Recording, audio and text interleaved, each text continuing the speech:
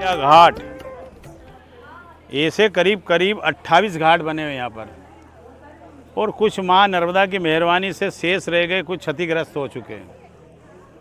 ये बुरज दिख रहा है, ये बुरज से अगला बुरज राजपूताना शैली को दर्शाता है।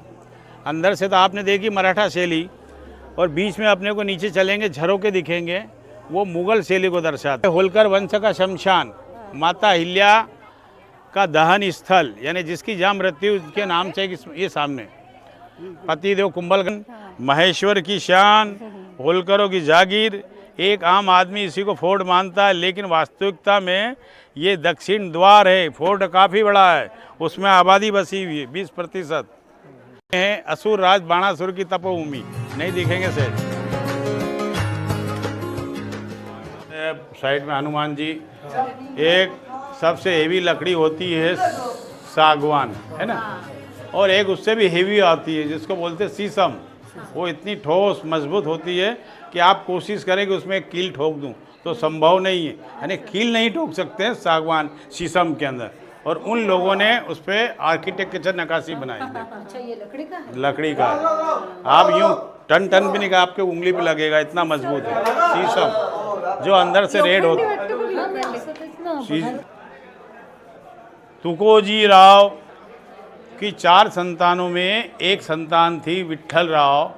तो सेकंड पेशवा ने उन्हें हाथी के पैर के नीचे कुचला दिया था पूना के अंदर। ये छतरी सामने जो दिख रही है विट्ठल राव की, उन्हीं की याद में बनी हुई है। इसके चारों तरफ हाथी बने हुए हैं, क्योंकि ये जागीर पेशवाओं की ही थी, और उनको पता लगा कि होलकर वंश में मालवा में कोई है नहीं, सिर्फ अहिल्या रही है, रियासत अपने अधीन कर ली जाए। इस बात की जानकारी माता को लगती है, पूना जाती पेशवा ऐसा है। मेरी एक बात सुन लीजिए, विनती सुन लीजिए, गलत लगती है तो जो चाहो दंड दे देना, लेकिन सुन लीजिए। बोले पेशवा बाजीराव, जिसका नाम इतिहास में लिखा हुआ, उस नाम पे आप कालित पोतोगे एक नारी पे आक्रमण करके। तो बड़े क्रोधित हुए। मैया को तो कुछ किया नहीं, लेकिन जो मैया के बाद तुकोजी राव बैठे थे, उनकी एक संतान को पूना में हाथी के पैर के नीचे कुचला दिया। ये उन्हीं की याद में छतरी बनी थी। आम तौर पे एक आम आदमी ये कहता है कि माता अहिल्या ने अपने बेटे को हाथी के पैर के नीचे कुचला दिया, लेकिन वास्तविकता कुछ है। उनको सज़ा दी थी, लेकिन 2 बार वो गौ माता ही मना कर गई थी, तो इसलिए उन्हें वो किया था, मुक्त किया था उससे। वो लेकिन वो वास्तविकता सत्य है कि कुचलाने का तैयारी चल गई थी, लेकिन मैया गौ माता ने इसकी स्वीकृति नहीं दी। वो फिर चले गए कुछ सेवन वन गलत करने से। आई नाग आश्रम बांधा था ना, ये नाग अस्त्र, नाग पास कहीं भी बोल सकते हो। ये सर है, ये उसकी दुम है। उस समय नाग अस्त्र, नाग पास कुछ भी कह सकते हो, ये आपकी सोच है। ले और आज के समय अनुसार भूल भुलैया भी कह सकते हो।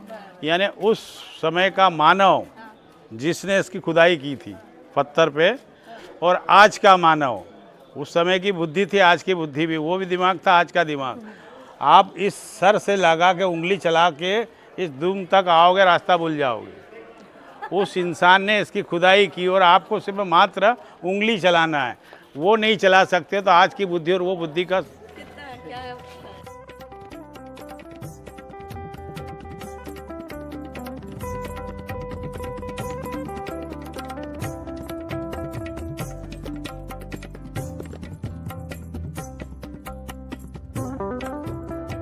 ईश्वर छत्री। मराठाओं में किसी की भी याद में कोई स्मारक बनाई जाती है, उसे छत्री का नाम दिया जाता है। एक विट्ठल राव है, अष्टकोणी में बना हुआ है। ये 1 2 3 4, ठीक है, ये 5, ये 6, ये 7, ये 8, अष्टकोणी बना हुआ है।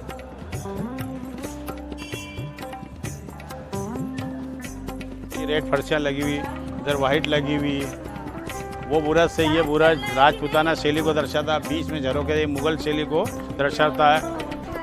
महेश्वर की शान, फिल्मी दुनिया वालों की जान, होलकरों की जागीर। एक आम आदमी इसी को fort, Ahilya fort, Maheshwar fort, जिसको जो समझ में आता वो कहता है।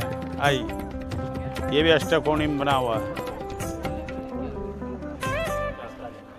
मैंने अभी बता चुका हूँ कि राजपूताना, मुगल और अंदर से हमारा 3 शैली में निर्माण है। एक आदमी इसी को fort, Ahilya fort, Maheshwar fort या दक्षिण द्वार, और हर घाट के ऊपर शिव जी विराजमान है, क्योंकि माँ नर्मदा शिव जी की पुत्री है। आपको हर घाट पे ये मैया अहिल्या की देन है। जब तक ये रहेंगे उनका नाम रहेगा। 80 बनारस ज्योतिर्लिंग जिसको मुगलों ने क्षति पहुंचाई थी, तो माता अहिल्या ने उसका जीर्णोद्धार किया था 1780 में, और 1786 में उसकी सेम कॉपी यहाँ बनी हुई है, काशी विश्वनाथ। और 1795 में उनकी मृत्यु हो गई। यानी एक तरीके से देखा जाए तो ये उनका आखिरी और अंतिम मंदिर है। और महेश्वर नगर के सबसे बड़े शिवलिंग, महेश्वर नगर के सबसे बड़े शिवलिंग, और प्रति सोमवार के रोज माता अहिल्या की तस्वीर वहाँ जाती है काशी विश्वनाथ, और माता की तस्वीर को शिव जी के दर्शन करवाए जाते हैं और मैया की ओर से आरती होती है काशी विश्वनाथ। चलिए राजराजेश्वर चलिए, एक दूसरे को समझना जरूरी है।